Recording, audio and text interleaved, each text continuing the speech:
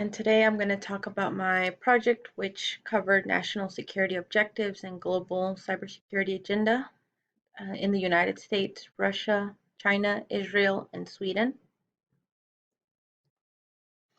The International Telecommunication Union actually set up the global cybersecurity agenda in 2017. They utilized the Cybersecurity Index, the Global Cybersecurity Index, GCI, to send out a survey that 193 member nations can fill out. This is then validated before it is reported annually. And they look at the 5 pillars that each nation must either have some form of method of policies, procedures, or practices. And this is to set up their cybersecurity pillars or their foundation, which is legal, technical, organization, capacity building, and cooperation. And it is only within each nation that they look at this information. Um, when you look at the heat map provided in 2017, the red colors actually indicate the nations that either did not have favorable cybersecurity infrastructure set up, or the nation was under civil strife. So really setting up a cybersecurity wasn't the main issue that they had. The darker greens are the greens, excuse me, are those that are in compliance with having their own cybersecurity set up. Now, the GCA framework actually looks at 700 sectors that each nation must have some sort of protection, and this varies from nation to nation, and it also varies on how they find the importance of it is, and we'll get that in a second. Um, Mainly the nations that are wanting the basic cybersecurity coverage delves into just having healthcare, commerce, finances, things of that nature covered, versus those with the robust or having had cybersecurity for quite a bit would look at credit card frauds, consumer privacy, things along that line.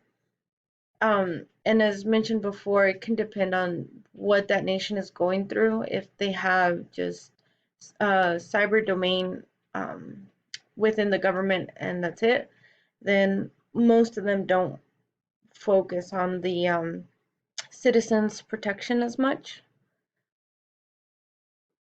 Now, the legal pillar that they actually look into is um, what a nation does when they are attacked, and they are interested in seeing if there's any legal laws that are specific for cybersecurity. And one of the nations that they highlighted was Colombia. Back in 2009, Law 1273 actually dealt with cyberspace. So I know within the United States, we do have a lot of laws that could be twisted to prosecute someone under cybersecurity. Of course, now we're actually having cyberspace domain laws created to keep up with the different exploitation that occurs on there. But this is one of the first countries that actually implemented the legal pillar of having a law dedicated to this is what you can do within a network, and this is what you're not going to do within a network, or else you'll face penalties and fines. The other one that I found interesting was that law enforcement officers in Mauritius has cybersecurity training, and they are mainly there to be able to have forensics. So digital forensics uh, is very important, especially if you want to catch the perpetrator.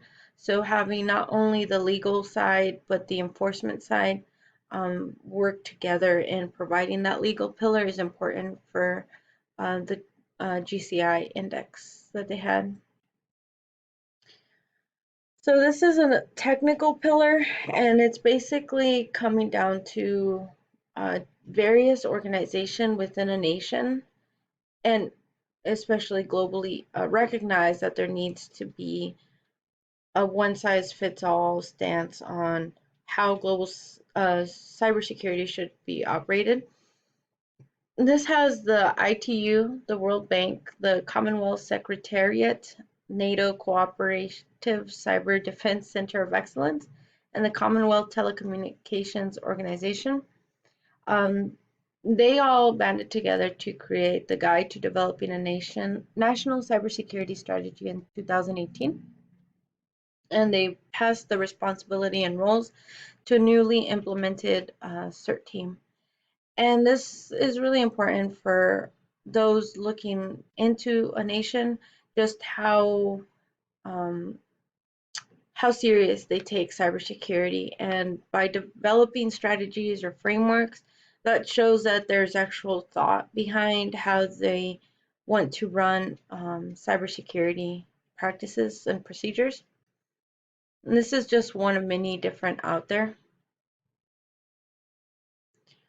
Within the organizational pillar, we actually highlight Russia. They had three different policies that they wanted to view and just how they wanted to set up cybersecurity within their nation. And this is important for not only Russia in the cybersecurity uh, field, but also for the citizens, what they can expect.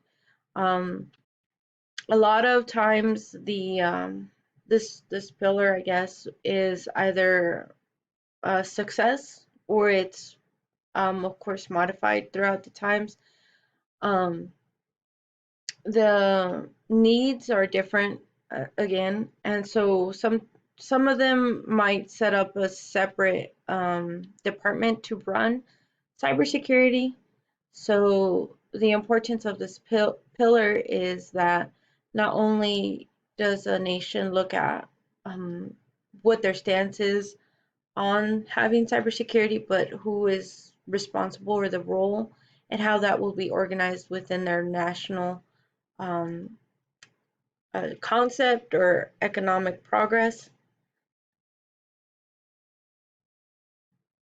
So the capacity building looks into these different areas, and basically, this is the United States where the Homeland Security actually pushed NIST to create NICE, which is part of educating. So they look at within a nation just how well they're implementing cybersecurity awareness. The cooperation pillar can be very interesting. Within a nation, it'll look like a public-private partnership. Within international scope, it'll be a multilateral agreement. And this is important with this one is highlighting Denmark, Iceland, Norway, and Sweden. The multilateral agreement is helpful. However, at times it falls short of what a global collaboration effort would look like. One specific instance is if, let's say, Denmark decided to pair up with the United States in the future, a lot of times there's that question whether Finland, Iceland, Norway, and Sweden is automatically pulled into that collaboration effort. And this is more in the going out and getting a perpetrator from one of their countries that has attacked another nation. So, for example, if a credit card scheme was coming out of Denmark, then Denmark would expedite um, paperwork in order for us to uh, per, uh, put the perpetrator on trial. However, if the perpetrator jumped into Finland, does Finland have that same agreement into place? Comes into play. So the cooperation pillar is important on the global scale. However, it hasn't been well tailored yet to have that global impact. Within the five pillars, the US, Russia, and Sweden scored in the 90th percentile, so that means we were very high up there. However, China and Israel was in the lower, and I'm sure within advances that they've had, that has changed dramatically. But also, the surveys are volunteer based, so it could also come down to how much they're willing to impart. Each nation views cybersecurity differently. These are some examples. With Russia, it's interesting to note that they actually view cybersecurity as information. So, going onto their network and exploiting it, you're actually exploiting information that is theirs. China also views it as important to their national sovereignty. They would like to be a dominant force in cyberspace. Sweden views cybersecurity as a human rights issue, and Israel views it as protecting their nation against um, harmful entities to them. So, uh, I guess with Israel, there's been a lot of strife, and so they do have a list of countries or nations that they will not work with. This is a quote for Russia's stance on information. They view it as warfare. So that comes into play with privacy coming up. The ethical practice overall is that each nation views cybersecurity as safeguarding their citizens' information, and that should be kept up with systems updated and policies and laws implemented. However, there has not been a global stance on viewing it the same globally. So the ethical um, stance isn't there just yet, which leads into the privacy aspect of it. And one such thing is that, again, Israel views it as espionage. So anyone on their network has a hostile intent behind it. Same with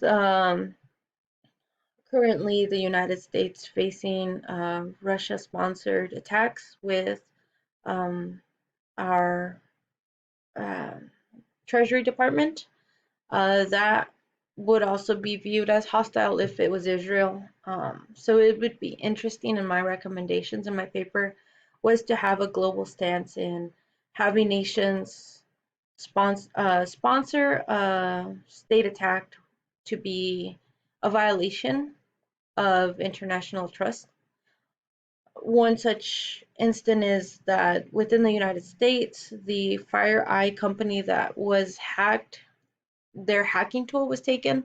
So automatically, local and state and government agencies were aware of this because they utilized FireEye to penetrate test their systems.